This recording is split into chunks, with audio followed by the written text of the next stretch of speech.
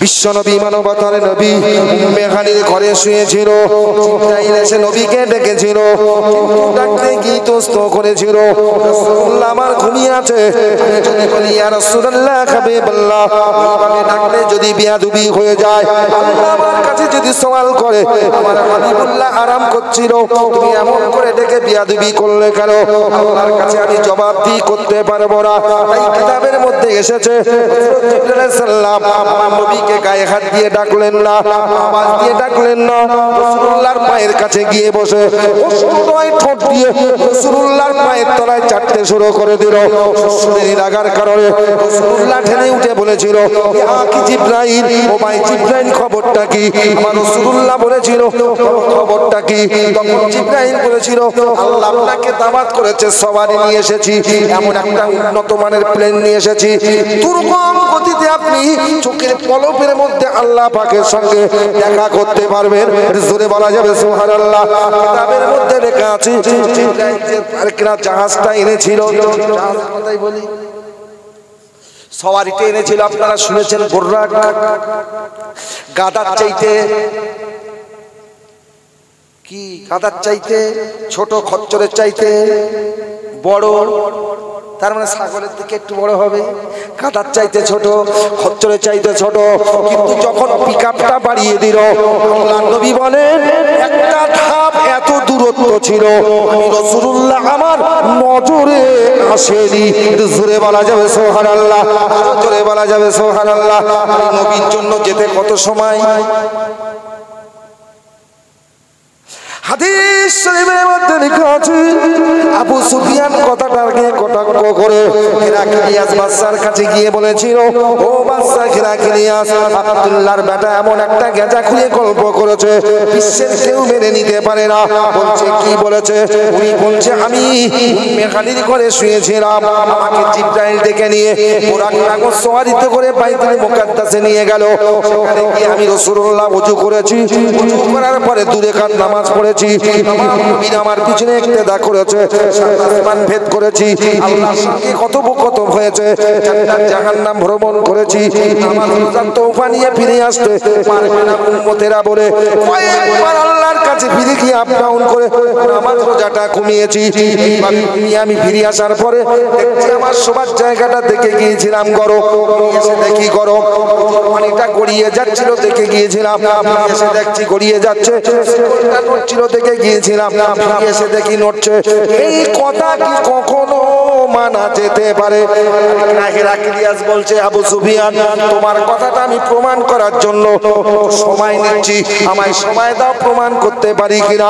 Heraclius সেদিন বাইতুল মুকাদ্দাসের pope, আমরা বলি এখন বর্তমানে আমার বাইতুল মুকাদ্দাসের দায়িত্বটা ছিল বলে প্রত্যেকদিন সবার আগে মসজিদে যাই, দরজার জানলাগুলো খুলে দেই, আবার সবার শেষে সবাই যখন বেরিয়ে যায় তারা যা দরজাগুলো আমি আটকে দিয়ে ঘরে চলে আসি। আশ্চর্যের বিষয়, ওই 26-এর দিবাগত রাত্রের কথা আপনি বলেছেন, যেটা ওই রাত্রে আমি এমন একটা কাজ করতে হেরে গিয়েছিলাম। ব্যাপারটা কি খুলে বলো। দিনের নাই ওই দিন রাত্রে সবাই যখন মসজিদ থেকে বেরিয়ে গিয়েছিল, আমার মানবের নাই দায়িত্বটা পালন করার জন্য জানালাগুলো বন্ধ করে দিলাম, দরওয়াজাগুলো বন্ধ করে দিতে লাগলাম। দিতে দিতে দিতে দিতে একটা দরওয়াজা যখন শেষ লাগাতে যাব দেখি দরজাটা টানতে পারিনি, নড়ে না। চেষ্টা করলাম লাগানোর জন্য, কোনো মতে নাড়াতে পারিনি। পাশের একটা সুতোর মিস্ত্রির কাছে গিয়ে বললাম এই দরজাটার কি হয়েছে দেখতে হবে।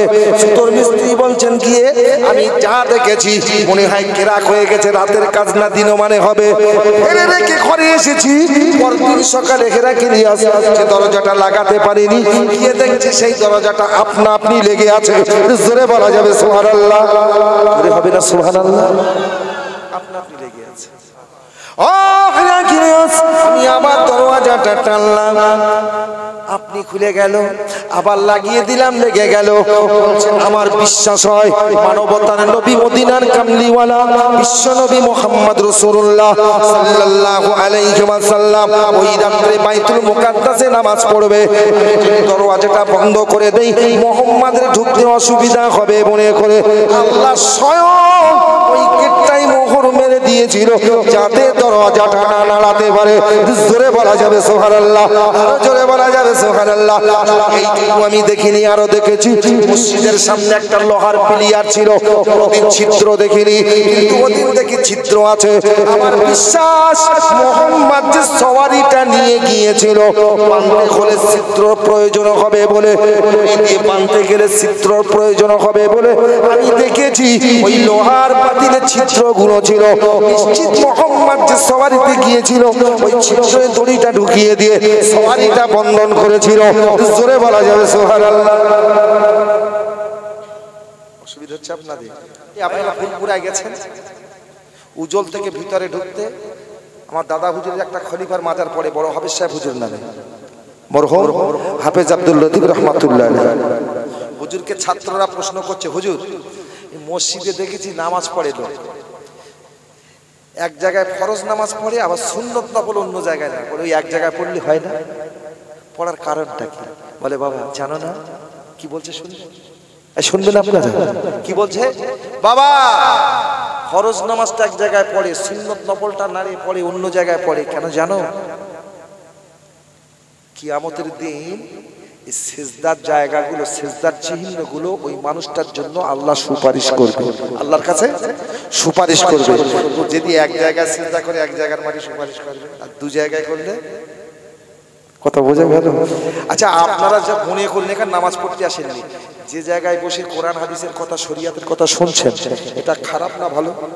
তাহলে এই ভালো কথা যে জায়গায় বসে শুনছেন এই জায়গার মাটি কিয়ামতের দিন আপনার জন্য সুপারিশ করতে পারে না? পারে না। যদি সিটটা চেঞ্জ করে যদি দুটো সিট করে নেন তাহলে দু জায়গার মাটি, বোকা হাতে নাতে লস খাবি। ব্যবসা করিস তো এইরকম ব্যবসা করছে, ব্যবসা লাভ হবে সেই ব্যবসা।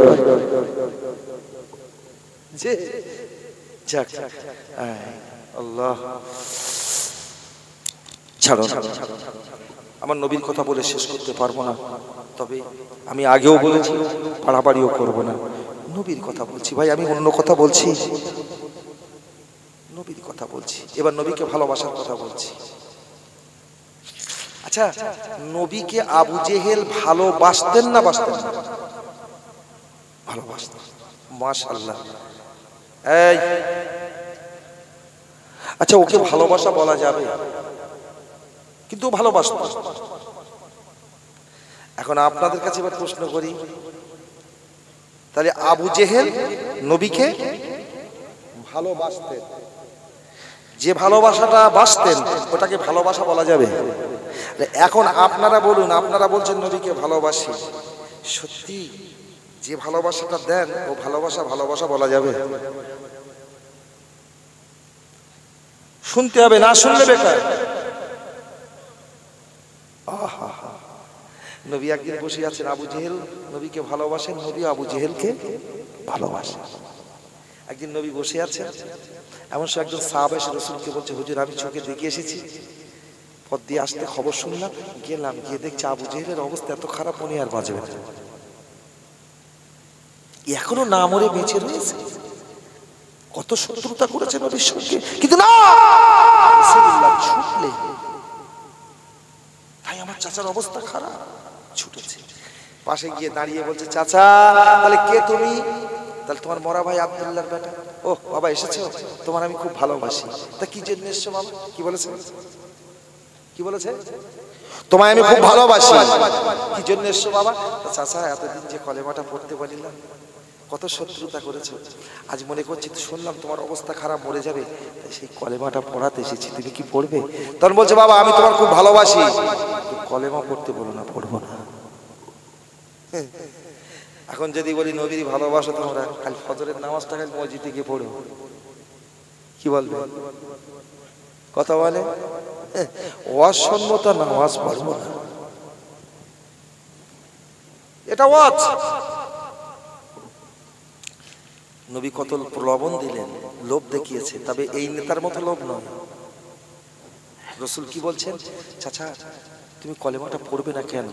তাহলে বাবা সারা জীবন যার সঙ্গে দুশমনি করেছি, শত্রুতা করেছি, আর এই মরার সময় যদি কলেমাটা আমি পড়ি, যারা পরিচয় পেয়েছে আবু জেহেল এই কলেমার বিরুদ্ধে লড়াই করেছে, আর এখন যদি শনি আবু জেহেল কলেমা পড়েছে, তারা আমাকে কেউ ভালো বলবে না, ধিক্কার দেবে, কাপুরুষ বলবে। ওই জন্য বলছি, নবী আমার কি বলছেন, চাচা যান, যদি জোরে পড়লে মানুষ শুনতে পায়, তোমাকে ধিক্কার দেয়, কাপুরুষ বলে, জোরে পড়তে হবে না, তোমার মুখের কাছে কানটা নিয়ে যাব, তুমি পড়বে, আমি শুনবো, যদি তুমি পড়ো, আমি যদি শুনতে পাই, কথা দিলাম তোমার জন্য আমি রাসূলুল্লাহ জান্নাতের জামিনদার হই। কত কষ্ট হলো, সুবহানাল্লাহ।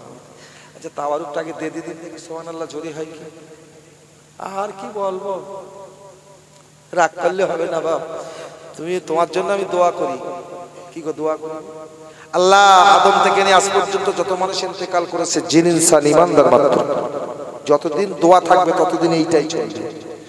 তোমার জন্য দোয়া করি, তবে বেকা দোয়া লিও না, সোজা দোয়া নিও। বেকা দোয়া বসে ও বলতে গেলে সময় যাবে, বলবো না। যাক, আবু জেহেল কি নবী বলেছে, কলেমাটা পড়লে আমি জান্নাতের জামিনদার হব। এরা হতভাগা আর কি আছে, হতভাগা। আবু জেহেল বলছে জোরেও পড়বো না, আস্তেও পড়বো না, পারা যাবে। কি নবী আমার কত ভালোবেসেছেন দেখেন। কিতাবের মধ্যে লেখা আছে, বিশ্বনবী আবু জেহেলকে যখন বলেছিল, চাচা মুখের কাছে কানটা নিয়ে যাব, তুমি পড়বে, আমি যদি শুনতে পাই তোমার জন্য জান্নাতের জামিনদার হয়ে যাব। ওই সময় আবু জেহেল বলেছিল জোরেও পড়বো না, আস্তেও পড়বো না। রাসূলুল্লাহ বলেছিল, চাচা তোমার জোরেও পড়তে হবে না, আস্তেও পড়তে হবে না, তবে আমার একটা রিকোয়েস্ট, ওই যে গাছটা দাঁড়িয়ে আছে, ওই গাছের দিকে কি একটা বার ফিরতে পারো?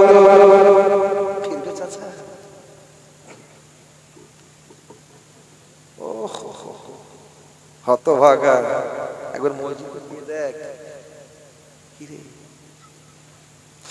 ও মুসলমানের ছেলেরা, রাসূলুল্লাহ দুনিয়াকে দুটো ভাগ করেছে। রাসূলুল্লাহ দুটো ভাগ করে বলেছে, বাজার হলো নির্দিষ্ট জায়গা, আর মসজিদ হলো উত্তম জায়গা। মসজিদ হলো ভালো জায়গা, আর বাজার হলো খারাপ জায়গা। এখন মুসলমান বাজারে ভিড় করে বেশি না মসজিদে ভিড় করে বেশি? তাই মোদি মসজিদ রাখবে না ভাঙবে?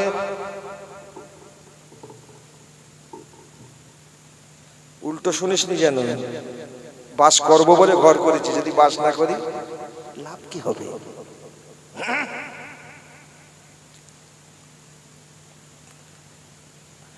আল্লাহ নবী বলে, ও চাচা যান গাছটার দিকে একটু ফেরুন।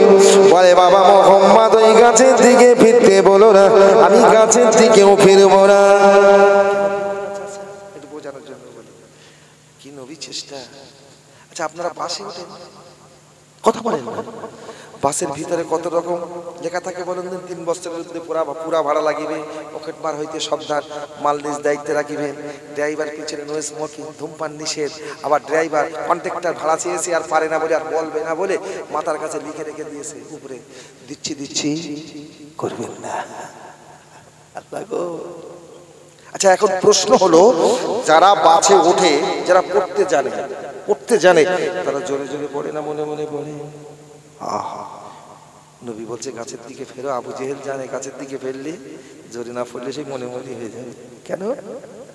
অস্ট্রেলিয়া থেকে চাঁদের দেশে গিয়েছে, কদিন আগে ভারত থেকে রকেটে গেছে, খুব বাবা মোবাইল ঘষে ঘষে ছেলে চোখ কানা করে ফেলেছে। হে মুসলমানের ছেলেরা, গিয়েছে কয়েকদিনের জন্য, এনেছে তোমার জন্য, কিন্তু আমার রাসূলুল্লাহ চাঁদের দেশে নয় গো, সাত আসমান ভেদ করে সিদরাতুল মুনতাহায় গিয়ে সওয়ারি চেঞ্জ করলো, রহমত নামক সওয়ারিতে করে আল্লাহর সঙ্গে দেখা করে আল্লাহ পাকের নবী নামাজ রোজার তোহফা নিয়ে এসেছে। লাভ তোমার জন্য কি? যার ভিতরে নামাজ আছে, যার ভিতরে রোজা আছে, সেই মানুষটার জন্যই তো আল্লাহ জান্নাত বানিয়ে রেখে দিয়েছে। জোরে বলা যাবে সুবহানাল্লাহ, আরো জোরে বলা যাবে সুবহানাল্লাহ। সুন্দর পদ্ধতি তুমি কি একবার নিতে পারলে না? ও মুসলমানের ছেলেরা, রাসূলুল্লাহর মিরাজকে কেন্দ্র করে অস্ট্রেলিয়ার একটা মানুষের কথা বলি, চাঁদের দেশে গেল, আসার পরে বলছে আমেরিকার কাছ থেকে জায়গা কিনেছি, আমেরিকার কাছ থেকে চাঁদের দেশে বাস করব বলে জায়গা কিনেছি, কিন্তু 24-এ নিয়ে যাব অঙ্কুর মানে বীজ, বসে আসবো, 25-এ গিয়ে সেখানে ঘর বেঁধে বাস করব। শহর বড্ড ভালো তো লাগে, 20 লাখ 30 লাখ এক কাঠা জায়গা কিনবো, ঘর করবো। কি সুন্দর কলকাতা! আরে চাঁদের দেশে গিয়ে আমেরিকার কাছ থেকে চাঁদের দেশে জায়গা কিনেছে, কি এমন সৌন্দর্য কাঠামো দেখেছে, ওখানে গিয়ে ফ্যামিলি নিয়ে বাস করবে নিশ্চয়ই। মুসলমানের ছেলেরা লক্ষ্য করে দেখুন, কিতাবের মধ্যে লেখা, আপনার ওই অস্ট্রেলিয়ার ইতিহাসটা শুনুন। আর কিনা সাংবাদিকরা উনি যখন ফিরে এসেছেন, পরে সাংবাদিকরা গিয়ে বলেছিল, স্যার আপনি চাঁদের দেশে গিয়েছিলেন, কি দেখেছেন বলুন, আমরা এটা অ্যাডভার্টাইজ করব, মানুষের কাছে পৌঁছে দেব। সাংবাদিকেরা, আমি রকেট থেকে চাঁদের দেশে গিয়ে, রকেটে করে চাঁদের দেশে গিয়ে আমি চাঁদের দেশে নেমেছি, ঘুরে ঘুরে দেখেছি জমিনে গাছ আছে, পাহাড় পর্বত নদী নালা সাগর সমুদ্র কত কিছু আছে। মনে করি পৃথিবীর জমিনে এমন কিছু থাকে, নিশ্চয়ই চাঁদের দেশে থেকে উন্নত মানের জিনিস থাকতে পারে। আমি ঘুরে ঘুরে দেখেছি পৃথিবীতে যা আছে চাঁদের দেশে তার একটাও নাই। তবে একটা জিনিস আমি দেখেছি, ওই চাঁদের দেশে নামার পরে কিছু নুড়ি নুড়ি নুড়ি নুড়ি নুড়ি নুড়ি পাথরগুলো ছড়িয়ে আছে। লক্ষ্য করে দেখেছি প্রত্যেকটা পাথরের উপরে আল্লাহর নামের পাশে মানবতার নবী মুহাম্মাদুর রাসূলুল্লাহর নাম লেখা আছে। জোরে বলা যাবে সুবহানাল্লাহ, আরো জোরে বলা যাবে সুবহানাল্লাহ। এক কথায় প্রত্যেক পাথরের গায়ে লেখা আছে লা ইলাহা ইল্লাল্লাহ মুহাম্মাদুর রাসূলুল্লাহ সাল্লাল্লাহু আলাইহি ওয়াসাল্লাম। ভালো লেগেছে। আমি ওখানে অঙ্কুর নিয়ে যাব, বীজ নিয়ে যাব, বসাবো, ঘর বেঁধে 25-এ গিয়ে বাস করবো। একটু বোঝানোর জন্য বললাম। আচ্ছা ভাই, ওখানে কি আছে? কিচ্ছু নেই তো। কি আছে? আল্লাহ নবীর নাম। এখন আপনাদের বলি, পৃথিবীটা আপনাদের ভালো লাগে? মরে যাচ্ছে তাও বোধ একটু ভেলো রেখেছে, আর দিন কত বাঁচি কিনা দেখি, ছাড়তে মন চায় না পৃথিবী। কেন? পৃথিবীতে সুন্দর বলতে কি আছে আমি বুঝিনি, তবে দুটো সুন্দর ব্যানার টাঙানো আছে। একটা হলো আমার আল্লাহর নাম, একটা হলো মদিনার কামলিওয়ালার নাম। জোরে বলুন সুবহানাল্লাহ। সেই জন্যই তো আল্লাহ এখনো পৃথিবীকে হায়াত দিয়ে রেখেছেন। এই দুটো নামের ব্যানার যেদিন পৃথিবীতে থাকবে না, সেদিন আর হায়াত দেবেন আল্লাহ, দুনিয়াটাকে প্রলয় কাণ্ড করে দেবে। বিশ্বাস হয়? আবু জেহেলকে নবী বলছে ফের, তাই চাঁদের দেশে যদি পাথরের গায়ে লা ইলাহা ইল্লাল্লাহ লেখা থাকতে পারে, ও গাছের পাতায় থাকতে পারে না? পারে না। তোমরা মাঝে মাঝে আমরা শুনি না কঞ্চির রস খাচ্ছে, কেন রোগ সেরে যাবে? অমুক জায়গায় ক্যাটাল পাতায় দেখেছি আল্লাহ লেখা আছে। এটা কথা বোঝানোর জন্য বলছে। মাঝে মাঝে একটা হাইলাইট হয় না যে এখন আবু জেহেল বলছে গাছের দিকে ফিরবো না। তার মানে মনে মনে করতে, যদি গাছের দিকে ফিরি, মোহাম্মদ যে কলেমা পড়তে বলেছে পাতায় যদি লেখা থাকে, ফিরলেই তো পড়া হয়ে যাবে। আমার নবী কি চেষ্টা করেছেন! আরে বেঈমানের বাচ্চারা আমার নবীকে ধিক্কার দিয়ে অকথ্য ভাষায় গালি দেয়। চিনলি না নবীকে, চিনলি যেদিন সেদিন তো লাভ হবে না। চেনার এখনো সুযোগ আছে। আবু জেহেল বলছে গাছের দিকে ফেরবো না। চাচা ফিরলে দোষ কি? বলে বাবা তোমার খুব ভালোবাসি। শুনছেন তো? এই কথাটা বলবো। বলে কি? তোমার খুব ভালোবাসি, গাছের দিকে ফিরতে বলো না, ফিরবো না। যে নবীর কথা শোনে না সে নবীর ভালোবাসে বলে মনে হয়? আমার কথা বুঝতে হচ্ছে?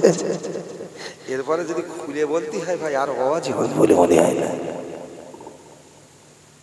চাচা ফিরলে দোষ কি? তাহলে বলছি তো ফিরবো না। তাহলে একবার ফিরিয়ে দেখো না, ভালো লাগলে দেখো, না লাগলে ঘুরিয়ে নিও। আবু জেহেল বলে শুনবি না, তবে একটু ঘাটটা ঘুরি। চাচা কি দেখেছো? তাহলে তা আমি বলবো না। কি বলেছে? চাচা কি দেখেছো? তাহলে তা আমি বলবো না। আবু জেহেল যেন বললেই তো বড়, আমি তো বলেছি বলবো না। চাচা বলো কি দেখেছো? তাহলে তা আমি বলবো না। বাবা আমি তোমার খুব ভালোবাসি, বলতে বলো না, বলবো না। নবী বলে চাচা আপনাকে কলেমা পড়তে বলেছি, মানুষ ধিক্কার দেবে বলে আপনি জোরে কলেমা পড়লেন না। আমি আপনাকে অফার দিলাম, আস্তে পড়বে আমি শুনবো। জান্নাতের জামিনদার আমি মুহাম্মদ তোমার জন্য হয়ে যাব। আপনি রাজি হলেন না। গাছের দিকে ফিরতে বলেছি, আপনি অস্বীকার করেছিলেন ফিরবেন না বলে।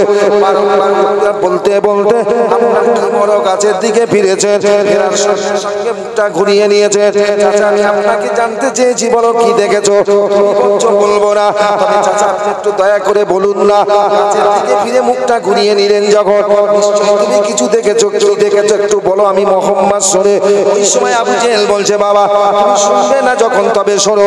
কাছের দিকে ফিরে দেখেছি তোমার নামের আগে তার নাম লেখা আছে। কি লেখা আছে? জীবনে ভাবিনি ভাই। শোন, দুটো কথা বলে যাই, রেকর্ডিং করে রাখিস না ভাই। আর নিজের বিবেককে জিজ্ঞাসা করবি, আমি ঠিক আছি না আবু জেহেলের দলে আছি? হ্যাঁ, ভোরের বেলা উঠে যদি তুমি মার্কেটে যদি মাছ কিনতে যেতে পারো, বিড়ি টানতে টানতে কেন ফজরের নামাজটা পড়ে যেতে পারো না? নবী তোমার ভালোবাসি, বিড়ি টেন্ডার বলতে দেখি আল্লাহ কিন্তু আসে কিরম বরকত দেয়। খোদা তোর মুখ পুড়িয়ে দেবে।